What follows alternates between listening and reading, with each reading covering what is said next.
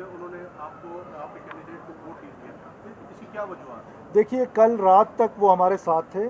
कल रात को भी उन्होंने हमसे कमिट किया था और जिस दिन प्रेसिडेंट जरदारी से मिले थे उस दिन भी कमिटमेंट की थी।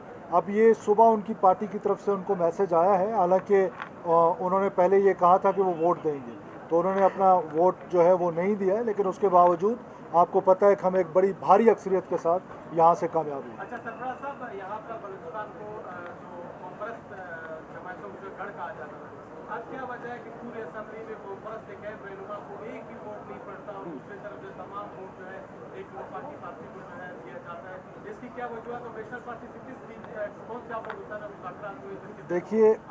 देखिए, नेशनल पार्टी के साथ पॉलिटिकल डायलॉग हुआ है और उस पॉलिटिकल डायलॉग में बलूचिस्तान के जो बहुत सारे इश्यूज़ थे वो डिस्कशन में आए हैं और उन इश्यूज़ में लॉ एंड ऑर्डर के इश्यूज़ थे, डेवलपमेंट के इश्यूज़ थे, 18th अमेंडमेंट के थे, NFC के थे।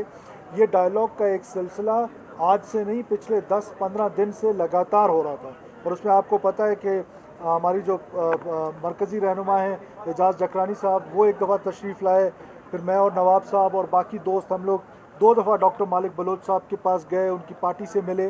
तो ये एक पॉलिटिकल डायलॉग है और मैं नेशनल पार्टी का शुक्रिया अदा करता हूँ कि उन्होंने प्रेसिडेंट जरदारी को वोट दिया है, इस उम्मीद के साथ कि जो हम जो कहते हैं कि पाकिस्तान पीपल्स पार्टी फेडरेशन की जमात है, तो वो आज साबित हो रहा है कि पाकिस्तान पीपल्स पार्टी जो है वो फेडरेशन की जमात है। जमात में इस्लाम के साथ बातचीत नहीं हुई थी, क्या कोई नुकात रखी उन्होंने या कहा कि मरकज़ की तरफ से उनका फैसला था कि वो नहीं आएंगे? देखिए, जहाँ तक जमात उलमा इस्लाम का ताल्लुक़ है, जो यहाँ पर उनकी पार्लिमानी पार्टी है उनके साथ हमारे डायलॉग हुए, एक दफ़ा नहीं कई बार हुए और उनकी तरफ से हमें मुस्बत जवाब भी मिलता रहा कि वो अपनी लीडरशिप से सिलसिले में बात करेंगे।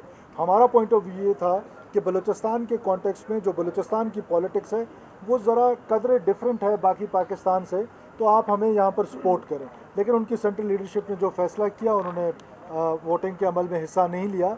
अगर वो वोटिंग के अमल में हमारे हक़ में हिस्सा लेते तो हम उनको खुशामदीद कहते, अगर वो हमारी मुखालफत करते तब भी हम बड़ी मेजॉरिटी से यहाँ से जुड़े।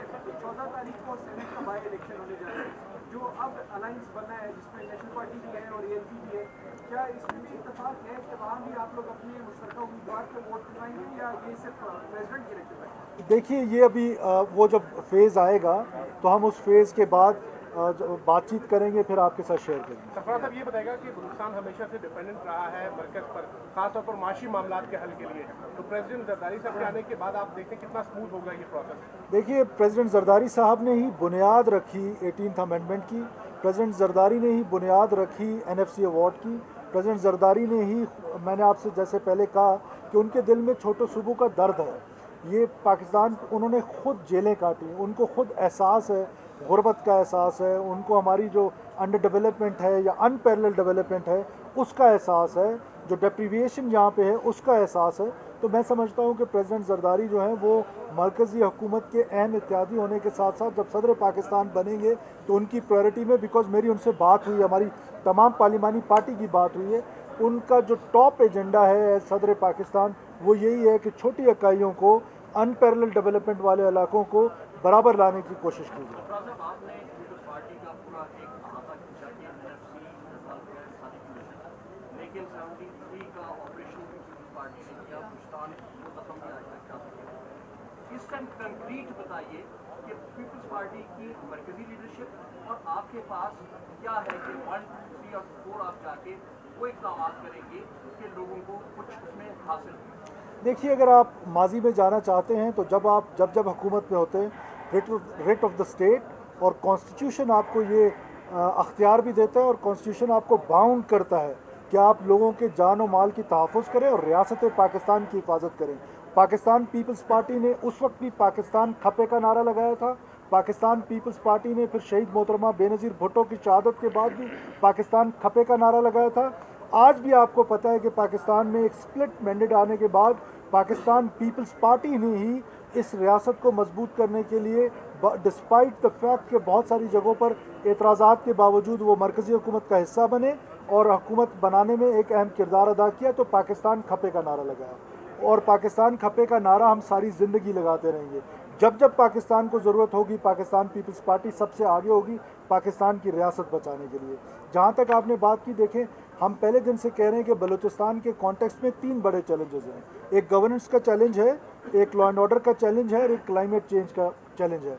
इन तीनों चैलेंजेस को हम अपने इत्तेहादियों के साथ मिलके जब हमारी कैबिनेट फॉर्मेशन हो जाएगी, हम इंशाल्लाह ताला पॉलिसीज़ के साथ आएंगे और सॉलिड पॉलिसीज़ के साथ आएंगे जिससे गवर्नेंस को इम्प्रूव कर सकें, जिससे लॉ एंड ऑर्डर की सिचुएशन को इम्प्रूव कर सकें, जिससे हम अपने क्लाइमेट चेंज का जो हमें वो है चैलेंज है, जिसका बलूचिस्तान का कोई लेना देना नहीं है उस क्लाइमेट चेंज में जो दुनिया में जो तबाही आ रही है, लेकिन उसके बावजूद हम ऐसी पॉलिसीज़ करेंगे और कि इस चैलेंज को भी हम निपटने की कोशिश करेंगे। सर, अफगानियों के लिए क्या पॉलिसी होगी?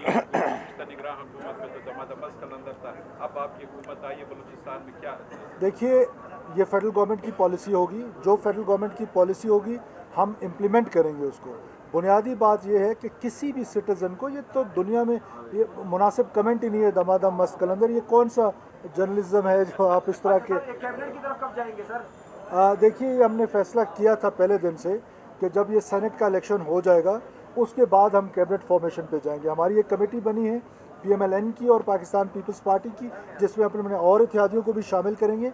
वो कमेटी बैठेगी, वो डिसाइड करेगी कि मिनिस्ट्रीज़ की तकसीम किस सूरत में होगी, कौन सी जमात को कौन सी मिनिस्ट्रीज़ मिलेंगी, किसको कितनी मिलेंगी। तो ये मेरा ख्याल है कि अगले 10-15 दिनों में हमारी गवर्नमेंट फॉर्मेशन जो है वो कंप्लीट हो जाएगी। शुक्रिया जी, शुक्रिया जी।